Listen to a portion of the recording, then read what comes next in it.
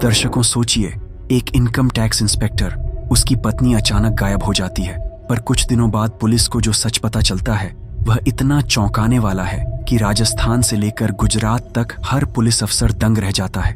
कहानी में मोड़ तब आता है जब गायब पत्नी का शव वडोदरा के एक डुप्लेक्स के बगीचे में जमीन के 7 फीट नीचे दफन मिलता है और उस पर 15 किलो नमक डालकर मिट्टी समतल की गई होती है।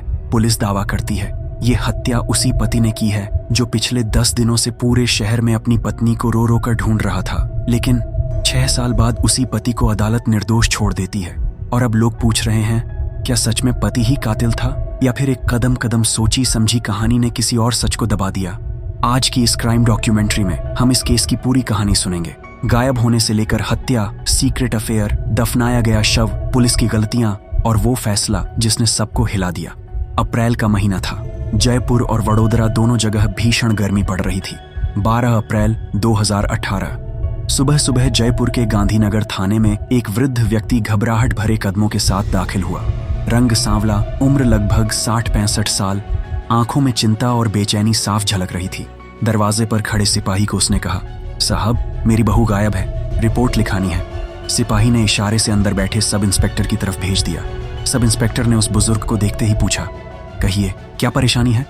बुजुर्ग ने कांपती आवाज में कहा, मेरे बेटे की पत्नी मीना कल से गायब है, उसका कुछ पता नहीं चल रहा। सब इंस्पेक्टर ने चौंक कर पूछा, अच्छा, लेकिन वो तो आपके बेटे के साथ रहती होगी, अकेली कैसे गायब हो गई? बुजुर्ग ने धीरे से बताया, नहीं साहब, मेरा बेटा वडोदरा में नौकरी करता है, इनकम टैक्स विभाग में इंस्पेक्टर है। मेरी बहू जयपुर के बापू नगर के हॉस्टल में रहकर पढ़ाई कर रही थी, कल से हॉस्टल में भी नहीं है, फोन भी बंद है। सब इंस्पेक्टर ने बुजुर्ग को एक कागज देकर कहा, आप लिखित में दे दीजिए, हम तलाश शुरू कर देंगे। बुजुर्ग ने कांपते हाथों से रिपोर्ट लिखी और मीना के गायब होने का मामला उसी दिन दर्ज हो गया। मीना भरतपुर जिले के एक गांव की पढ़ी लिखी लड़की, शादी को लगभग 1 साल हुआ था। ख्वाहिश थी टीचर बनने की, इसलिए वह जयपुर के गर्ल्स हॉस्टल में रहकर पढ़ाई करती थी। उसका पति रवि इनकम टैक्स इंस्पेक्टर नौकरी के कारण वडोदरा में रहता था। दोनों के बीच सामान्य रिश्ता, कम मिलना जुलना, हमेशा फोन पर बात कर लेना, बस ऐसा ही चलता था। मीना की गुमशुदगी की रिपोर्ट दर्ज होने के अगले ही दिन रवि जयपुर आ पहुंचा। वह थाने में घबराहट दिखाते हुए बोला, साहब, मेरी पत्नी को ढूंढिए, उसे किसी ने अगवा कर लिया है। उसने आखिरी बार मुझसे कहा था कि वो किसी दोस्त के पास जा रही है। पुलिस ने आश्वासन दिया, हम तलाश करेंगे। लेकिन 2 दिन बाद रवि फिर पहुंचा और इस बार उसने थोड़ा आक्रामक तेवर दिखाए। पुलिस ठीक से काम नहीं कर रही, मीना को ढूंढिए। इसी बीच रवि ने कमिश्नर ऑफिस जाकर भी शिकायत की कि पुलिस डील कर रही है। उसकी बेचैनी, उसका बार बार दबाव डालना, सब देखकर मामला और संवेदनशील हो गया। जयपुर के उस समय के कमिश्नर कुंवर राष्ट्रदीप ने एक स्पेशल टीम बना दी। सीसीटीवी फुटेज निकाले गए, कॉल डिटेल्स खंगाले गए, दोस्तों से पूछताछ हुई, लेकिन कहीं कोई सुराग नहीं मिला। 21 अप्रैल यानी गायब होने के 10वें दिन मीना के पिता थाने पहुंचे और एक नई अर्जी दी। उन्होंने लिखा, दामाद ने उनका मोबाइल चेक कराने से पहले ही फॉर्मेट कर दिया। दामाद और उसके परिवार वाले अक्सर दहेज को लेकर दबाव डालते थे। फरवरी में मीना की 10 लाख रुपए की एफडी भी तुड़वाई गई थी। उन्हें यकीन है कि उनकी बेटी की हत्या हुई है। अब केस का रंग बदल चुका था। गायब होने की साधारण रिपोर्ट अब अपहरण और हत्या के शक में बदल गई। एसीपी कावेंद्र सिंह सागर को जांच सौंपी गई। उन्होंने उसी दिन रवि को थाने बुलाया। मोबाइल लोकेशन, कॉल डिटेल्स, दौरे, गतिविधियां, सब पर सवाल जवाब शुरू हुए। पहले रवि खुद को बेगुनाह बताता रहा, लेकिन बातों में झोल बढ़ते गए। कुछ ही घंटों बाद वह टूट गया और उसने कहा, हाँ, मैंने अपनी पत्नी को मार दिया है। कहानी यहाँ से और भी गहरी होने लगी। जिस पति ने 10 दिनों तक पुलिस को दौड़ाया, रोया, थाने थाने शिकायत की, वही असली कातिल निकला, या वो सिर्फ कहानी का पहला सच था? अब तक आपने सुना मीना का गायब होना, पति ससुर द्वारा की गई रिपोर्ट, पुलिस की शुरुआती जांच, पिता की शिकायत, पति का कबूलनामा। अब आगे की कहानी, यानी हत्या कैसे हुई, क्यों हुई, शव कहां दफनाया गया, अफेयर का सच, रवि की चालाकी और पुलिस कैसे कैसे चुक गई, आगे हम जानेंगे। रवि के कबूलनामे तक पहुंचने के लिए पुलिस ने 10 दिन मेहनत की थी, लेकिन अब जो सच सामने आ रहा था वह कहीं ज्यादा जटिल और सोच समझकर रचा गया प्लान था। रवि ने माना कि उसने अपनी पत्नी को वडोदरा बुलाया, उसकी हत्या की और शव को घर के बगीचे में गाड़ दिया। लेकिन यह किसी गुस्से या झगड़े का नतीजा नहीं था। यह सब एक एक कदम पहले से प्लान किया गया था। अब सुनिए पूरी कहानी। जैसे चार्जशीट में लिखी है। जांच में पता चला कि मीना उसकी जिंदगी में आने से पहले भी रवि की एक गर्लफ्रेंड थी। शादी के बाद भी उस लड़की से उसका रिश्ता जारी था। रवि उस लड़की से शादी करना चाहता था, लेकिन दो बड़ी समस्या थीं। मीना जिंदा होती तो वह दूसरी शादी नहीं कर सकता था। 2. सरकारी नौकरी में दोहरी शादी का मतलब था नौकरी खत्म। रवि ने इन दोनों समस्याओं का एक ही हल निकाला, अपनी पत्नी को रास्ते से हटा देना। रवि बहुत ही सोच समझकर कदम उठा रहा था। उसे पता था कि पुलिस सबसे पहले पति पर शक करती है, इसलिए उसने अपनी बेगुनाही का माहौल पहले से तैयार कर लिया था। उसने क्या किया? गर्लफ्रेंड से बात करने के लिए एक नए नंबर का इंतजाम किया। यह नंबर उसने किसी सहकर्मी की आईडी से खरीदा ताकि ट्रैक न हो सके। हत्या से 1 महीने पहले उसने मीना के लिए स्कूटी खरीद ली ताकि लगे कि पति पत्नी के रिश्ते अच्छे हैं। वह रोज मीना को फोन करता था ताकि कॉल रिकॉर्ड से दिखे कि दोनों में प्यार भरी बातचीत हो रही थी। हर कदम इतना सामान्य दिखता था कि किसी को शक ही नहीं हो सके। रवि इस काम में अकेला कुछ नहीं कर सकता था। उसे किसी ऐसे व्यक्ति की जरूरत थी जिस पर वह आंख बंद कर भरोसा कर सके। यही एंट्री होती है उसके दोस्त पंकज की। पंकज भी गुजरात में ही नौकरी करता था। रवि ने उसे इनकम टैक्स विभाग में नौकरी दिलाने का लालच दिया और पंकज इस पूरी साजिश का हिस्सा बन गया।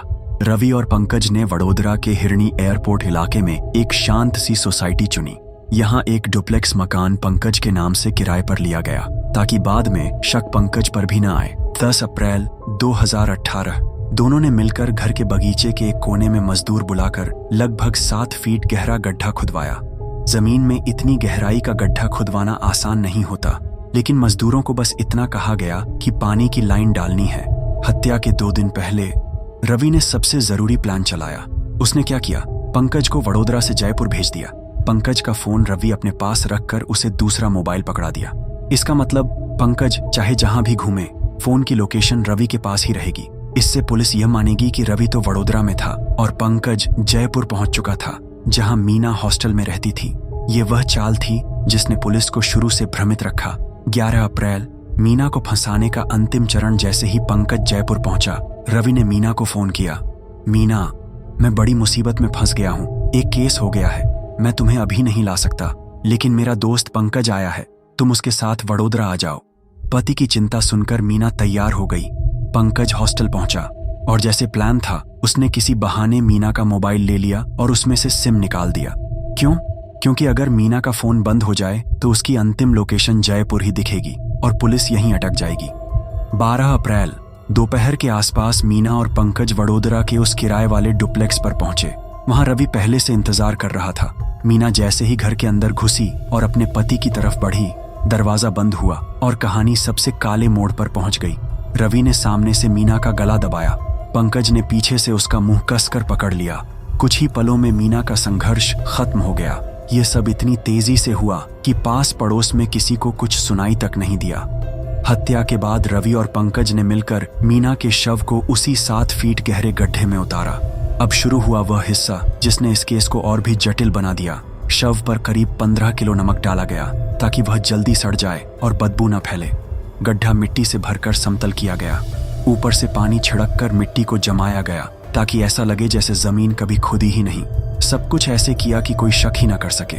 हत्या के तुरंत बाद रावी का ड्रामा मोड चालू रवि ने वही खेल शुरू किया जो वह 10 दिनों तक करता रहा।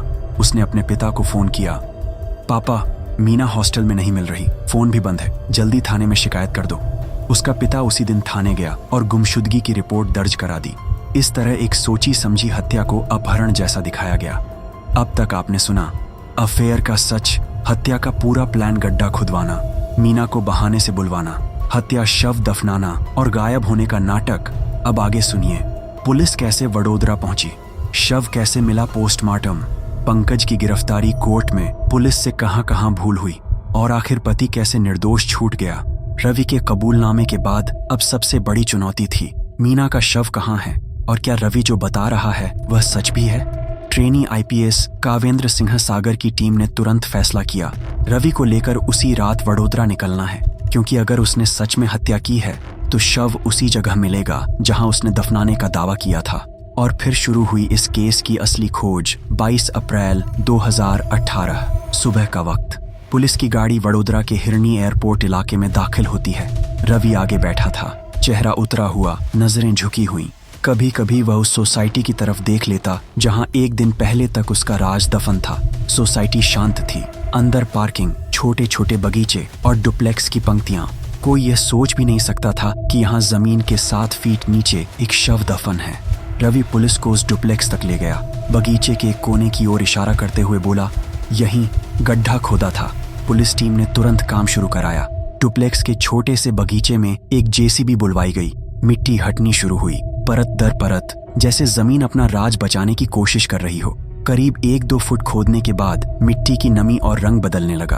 फिर दिखा नमक का झुरमुट और आखिरकार सामने आया एक शव। शरीर को दफनाए हुए लगभग 10 दिन हो चुके थे, लेकिन नमक होने के कारण बदबू उतनी नहीं थी जितनी आमतौर पर होती है।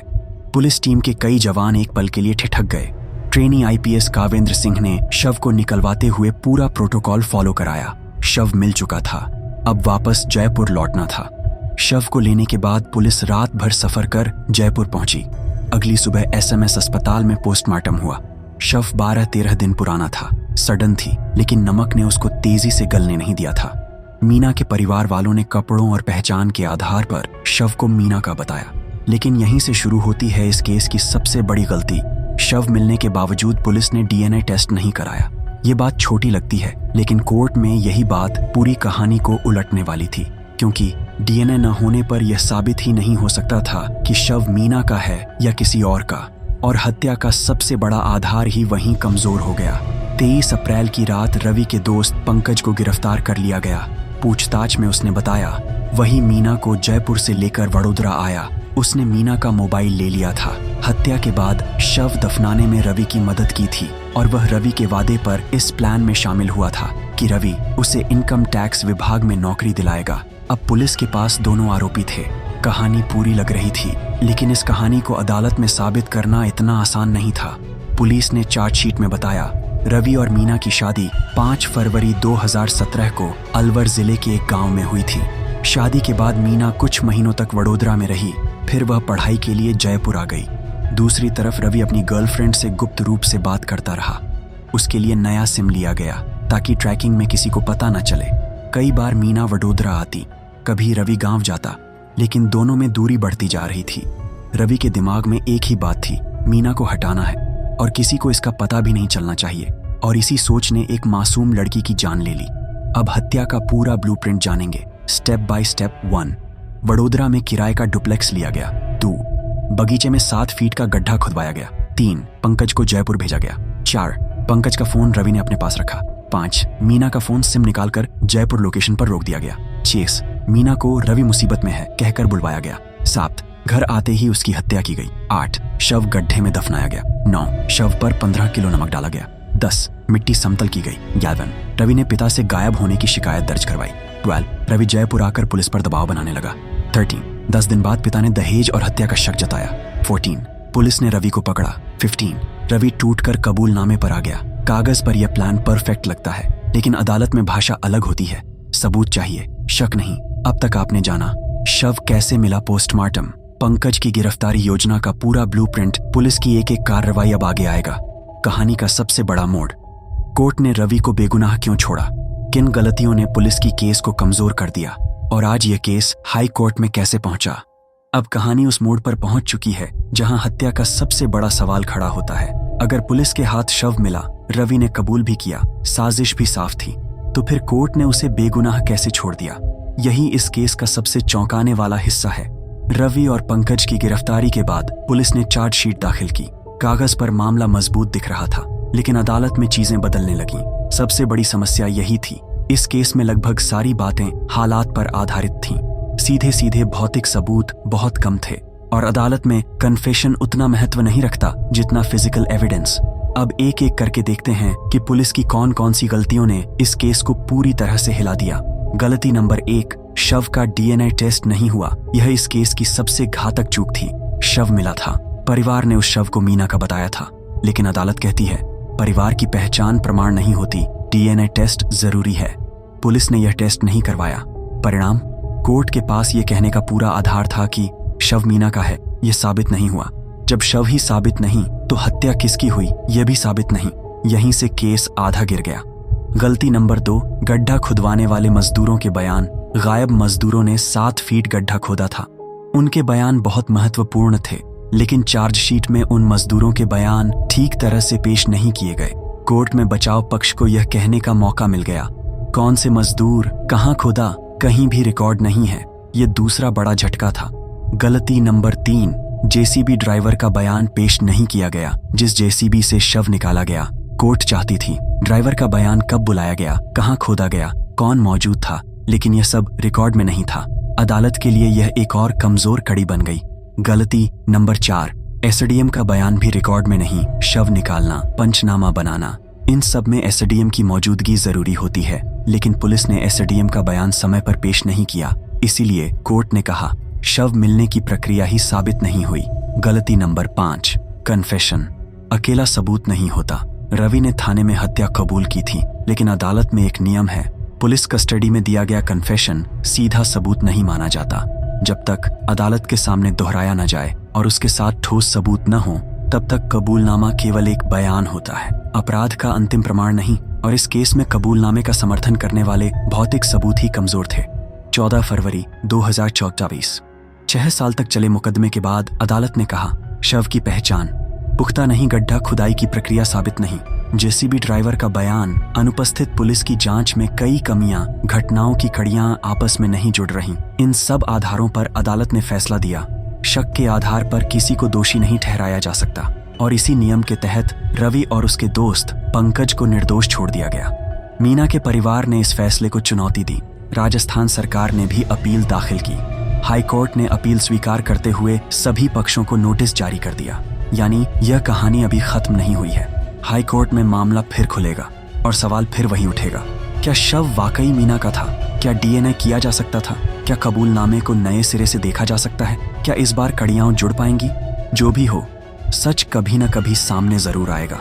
ये मामला सिर्फ एक हत्या की कहानी नहीं है, ये पुलिस की जांच, कानून की सीमाएं और सबूतों की ताकत का सबसे बड़ा उदाहरण है। ये कहानी हमें बताती है अदालत सबूत देखती है, भावनाएं नहीं। और जब सबूत कमजोर पड़ जाए तो सबसे बड़ा आरोपी भी कानून के सामने बेगुनाह बन जाता है। तो दोस्तों, आपको क्या लगता है, क्या रवि सच में दोषी था और सबूतों की कमी से बच गया, या क्या कहानी में कोई और सच छुपा है जिसे कोर्ट में कभी साबित ही नहीं किया जा सका? अपनी राय नीचे कमेंट में जरूर बताएं। अगर आपको यह डॉक्यूमेंट्री स्टाइल कहानी पसंद आई हो तो चैनल को सब्सक्राइब करें और ऐसी ही असली क्राइम स्टोरीज पाने के लिए बेल आइकन दबाएं।